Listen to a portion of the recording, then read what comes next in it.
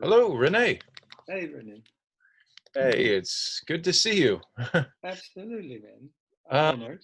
How I are really you? wanted to thank you for making yourself available for this. For anyone out there needs an introduction here. Mr. René Post is you're the sales and marketing manager now for the Worldview Foundation and the project in Myanmar. And Absolutely, yeah. also, you've been a tech innovator in your life too. You've done some interesting projects in the sphere of digital currencies and sound reduction as an environmental factor in the past. And Wow, you really have done your research, man. oh, I always do my research. Yeah, yeah, yeah. And but especially an interesting one, and I of course we want to focus on the Worldview project, but Mm. you've done some cool things. Can you tell a little bit about the Green Web Foundation and what that's done? Of course, yeah, yeah, I'd love to. And in a way that somehow my work for the Green Web Foundation somehow led me to start working for Worldview as well. Mm, In 2006 in the Netherlands, I was working the hosting sector and quality of internet connection business. I had a IT company that sold reports to ISPs on the quality of their connections. And when we saw that the first data centers popped up in the Netherlands running on renewable energy, 2005, 2006, and we thought, okay, that's interesting for people to know if they have a website, if they run on green energy, if they could run on green energy, what could they do? I mean, could they ask someone? Could they buy something? So around that idea, I started a company together with a few other people called CleanBits. And then we sold carbon credits basically and tree planting in the Netherlands. We've planted not much, something like 11 hectares. But anyway, I mean, it was not a big company. And while we did so, I mean, say your website, Brennan, I mean, if you want to know it is hosted green, we need to, and if not, we might want to sell you something. yeah. We first need to check. And that check basically, that consisted of we had to make a database of green hosters and green data centers with their technical parameters. So we could recognize your site, where it was hosted, where it was running. And basically that check over time became much more important than a commercial activity. We had millions of checks against that system. Huh. And more hosters asked if they could be in that system. And it was an open system, it still is today. So in 2010, we decided to change to a foundation and rename it to the Green Web Foundation, as we thought like, okay, this is really the core of it. People need to see if they are green hosted or not. And then they can ask their hoster like, why not? What can you do? Is there something I can do? So that was the idea. So you allowed people to apply their own pressure toward their hosting company and make them to force them to make a more responsible change. Yeah. Yeah. Well, yeah, absolutely. And that all from the vision. I mean, we know for sure that one day the internet will run on 100% renewables because it's inevitable, right? I mean, all the dirty stuff will run out one day, and there's no rationale behind postponing that point. So we Yeah, thought absolutely. better. So So that's the whole that's idea. really interesting. Can you tell me a bit about your role with Worldview Foundation now? Absolutely. Well, I visited the project for the first time in 2015 through a mutual Swedish friend when I was living in Sweden. Hmm. I saw from the video that you had your own experiences in Scandinavia. Absolutely. If Yeah. anyone would like to check it out, well, I included some of the part in Scandinavia in my visit, but we're referencing a video I made for my Your Blue Continent series that it featured the incredible project out in Myanmar of the planting of the mangroves to the restoring the mangrove forest, which has so many beneficial qualities to that whole project. So that's how I got involved with Worldview, and they put me in touch with you, Renee. So please, I didn't mean to step on that, but I wanted to make sure everybody knows if they'd like to see more about this project, they can check out my video on YouTube. Absolutely. Yeah, so, but in 2015, they were just starting with scaling up the mangrove reforestation project. And they were discussing certification, etc., but it was still far away. Mm. And in 2018, it was really, really close, the VCS certification. So I joined in October Mm. because by then, I mean, Worldview had always relied on grants and donations. Mm. And while it is possible to do so, of course, it's a hard life, Yeah. as many people know. Mm. And the whole idea was to turn this into a carbon credit business, not so much for the fact of a business, but as a way to self-propel the Exactly. reforestation and do it on a larger scale. With the advent of carbon credits and those sales, you can take the money that's received for the carbon credit and use it to reinvest in expanding the project, which also results in more carbon credit, so that you can continue to Absolutely. replant this and Yeah, try to bring this climate crisis under control, right? absolutely. Yeah, for me personally, that's the only reason why I work for Worldview, is that they use the money for more planting. Otherwise, it wouldn't be interesting. That would be just business payment for stuff you've done in the past. And Yeah. yeah, that's not something that's really exciting or needs my help. And you have a Uh, background in cryptos as well, right? And I saw that you had received a master's from the University of Nicosia. I expect that was online. yeah, yeah, that's completely online. I've never even been to Cyprus, so You're missing out, Renee. It's one of my second favorite countries in the world after Norway. You know? all right, I put it It's on my really list. wonderful. The culture's great. The weather's perfect. I recommend Yeah. everybody go there. And they have like no virus either, because it's an island and they protect their Hmm. borders. All right. Well, during those times, I mean, even Amsterdam seems far away. So ask again a year from now. All right. But um, No, your background in cryptocurrency, yeah? well, basically, I was really interested. I recognized it for essential new development and very interesting tools, Mm. especially regarding transparency, has been my main topic for everything I've done, basically. And so I just needed to know more, and I didn't have so much work around the time. So I thought, okay, cool, I'm going to start this. Mm. It's so I've done some projects, but it's not. And I worked for a crypto investor for a while, but it's not that I'm really into that domain. I just see it as another tool that I like to have in my toolbox. Nice. And being in the domain that I'm now with carbon credits, there are often overlaps. There are Yeah, I often new imagine. projects, and the master helps me a lot in saying like, okay, this is a nice idea, but you're missing a few points, Okay. so I don't have to spend so much time looking at Yeah. these proposals actually. So Well, it's so good it's to be able to paying off, identify. but Yeah, yeah, it's really nice to be able to identify when something is not worth or not at a place where it's ready for you to invest all that time in yet. absolutely, yeah. And that brings me back to the certification. I mean, many of these blockchain projects think like there's a problem with transparency and accountability. And there is, if you sell like unregistered carbon, I mean, I could sell it to you, to your neighbor, to my nephew, Yeah. no problem, right? I mean, it's virtual, it's invisible. So you should never do that. I mean, No. if you want to buy carbon credits, take something that is verified and that an auditor goes to the project every year and looks over all the Yeah. documentation, everything with the local communities. Are all agreements being kept? Then you can get a certain amount of carbon credits. So there's a question. Yeah, I saw that you began actually working with Worldview in 2018, was it? true. And I think it was in late 2018 then that they received their approval from VCS and all of that, verified Absolutely. carbon standard, correct? True. Yeah, and I think it was probably the first in Myanmar or in that part of Asia, wasn't it?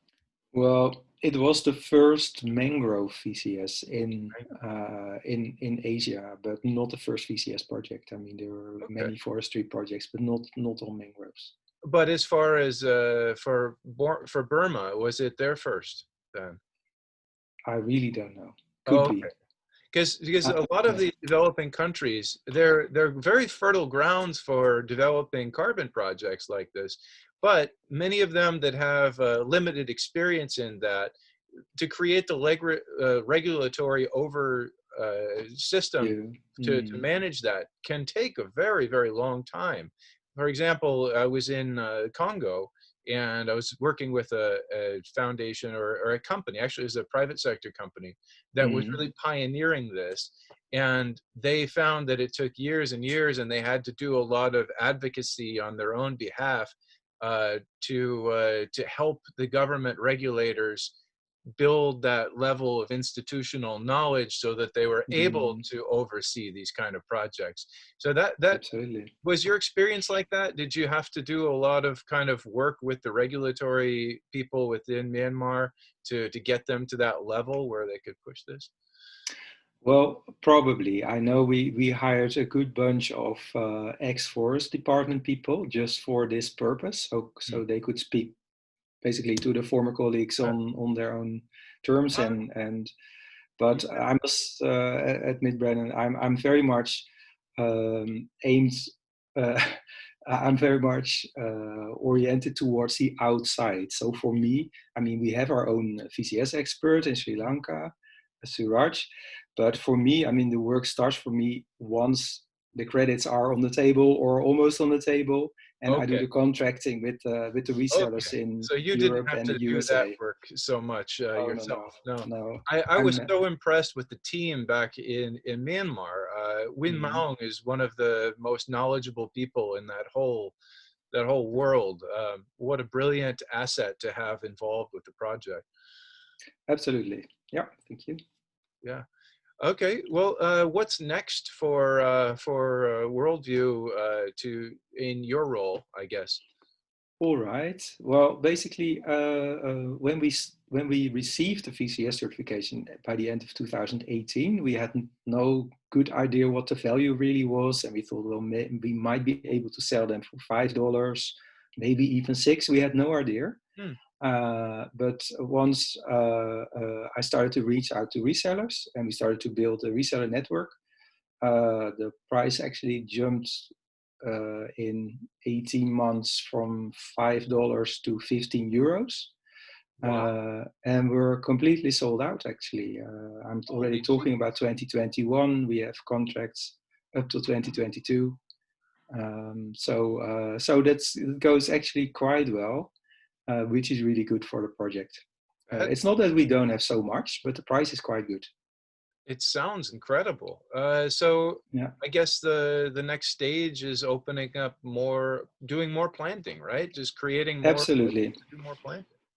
Absolutely, yeah, yeah. So we're expanding. I mean, 2020 is a relatively good year for us compared to 2019 or 2018, where things were very, very complicated. Basically, no money, and yeah, you have to borrow back and steal for everything.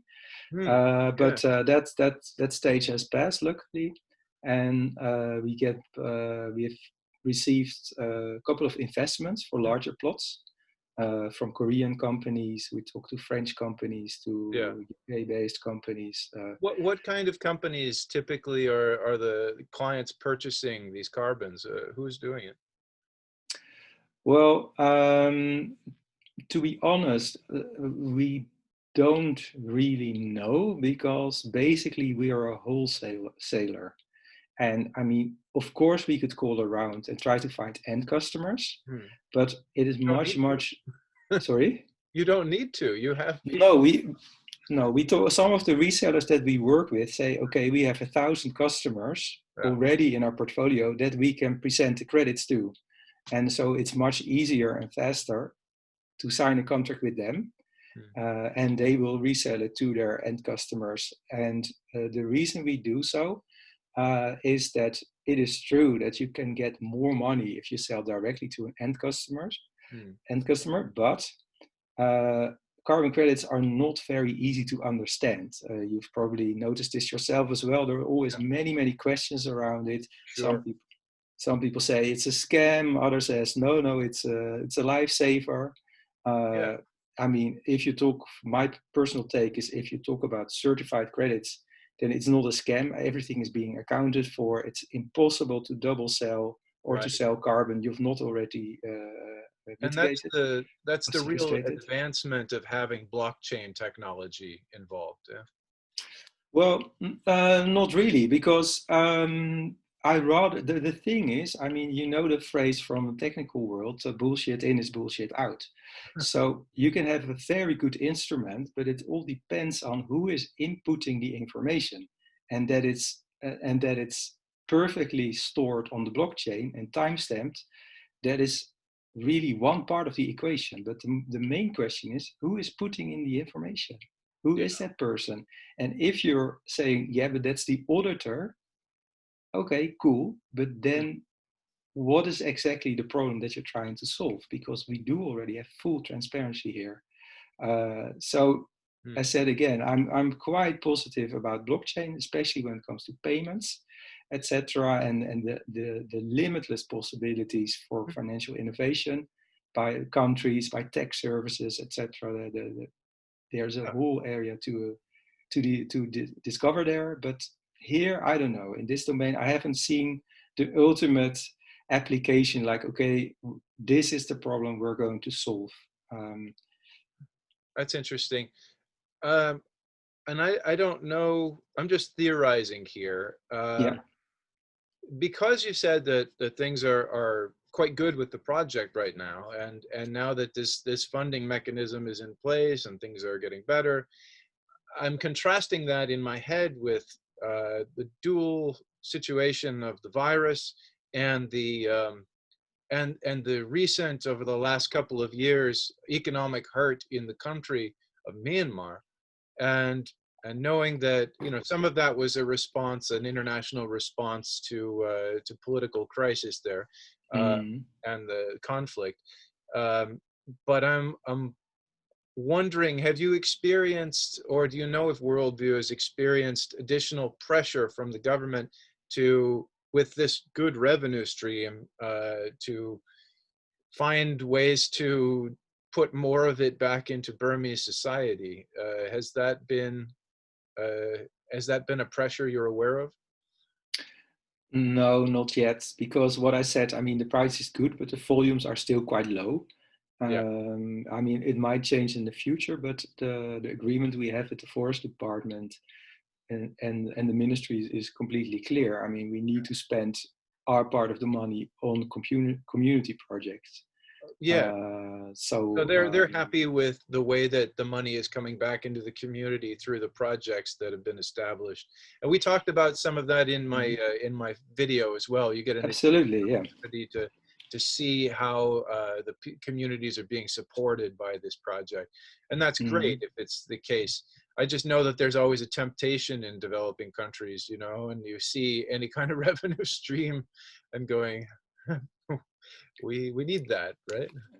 True, true. Yeah, yeah, true. But it's already spent on the ground. So I Yeah, mean, we do it through the community projects, but as well through hiring planters, etc. So it's that's being great. spent, Can you and talk that's. about can you talk about some other interesting projects throughout your career that you've worked with prior to Worldview?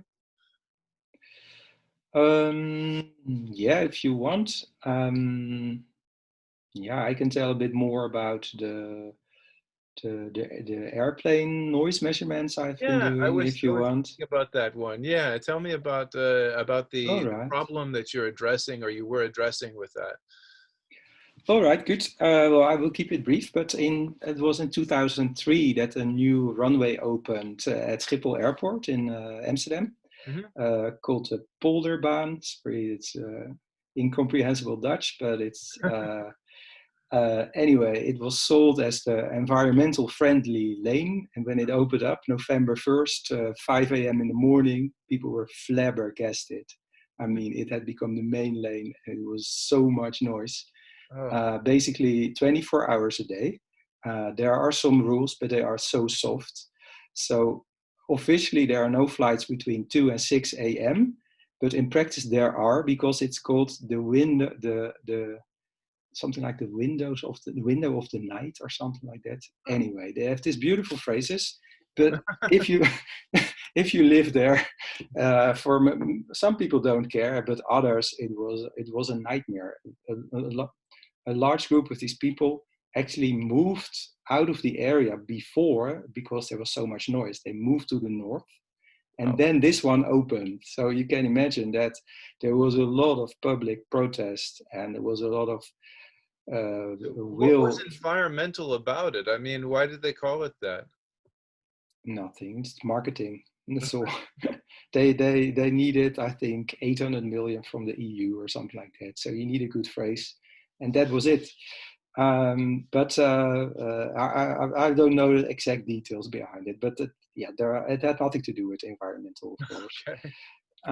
But anyway, I was working at the IT company, and we were doing quite well. We had some free time, so I gathered a few colleagues and I said, okay, let's come up with a device that we can put outside and that monitors airplane noise and Mhm. filters out other noise.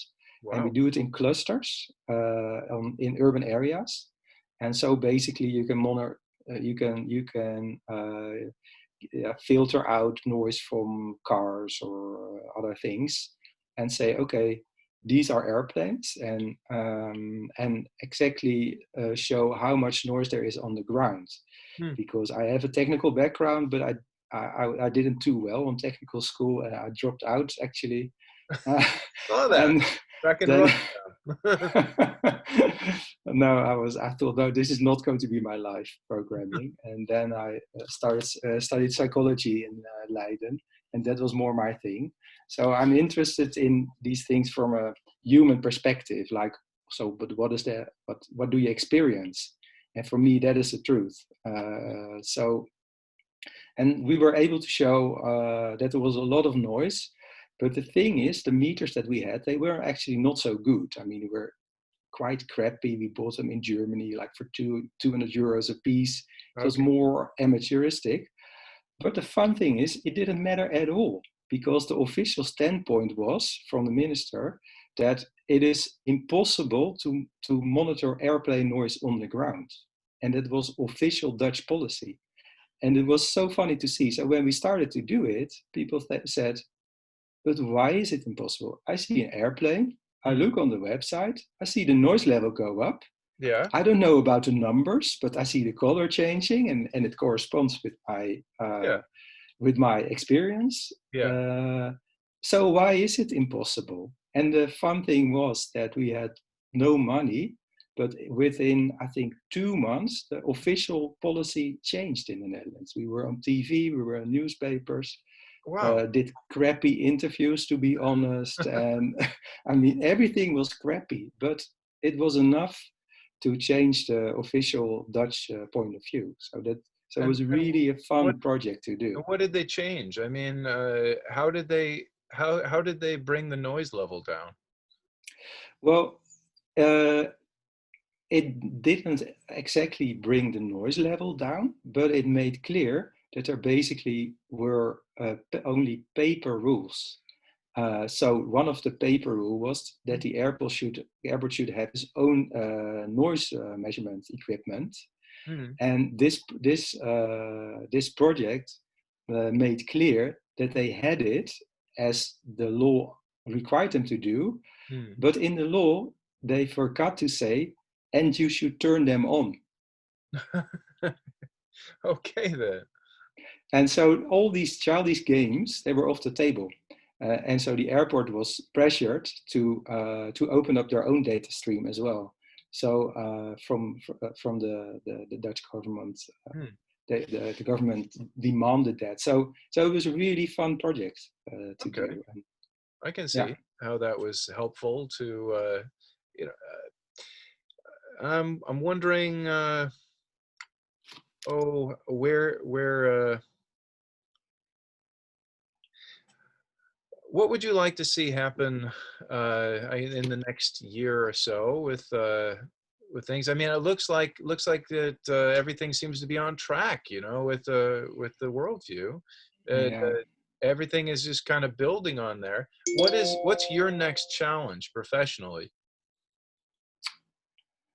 Well, to be honest, it is a struggle not to become depressed if you look at the rate of deforestation and how much energy and time it takes to reforest.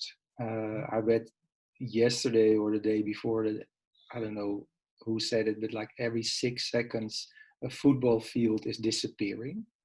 And I know how much time we have to spend in replanting like 200 hectares, stuff like that.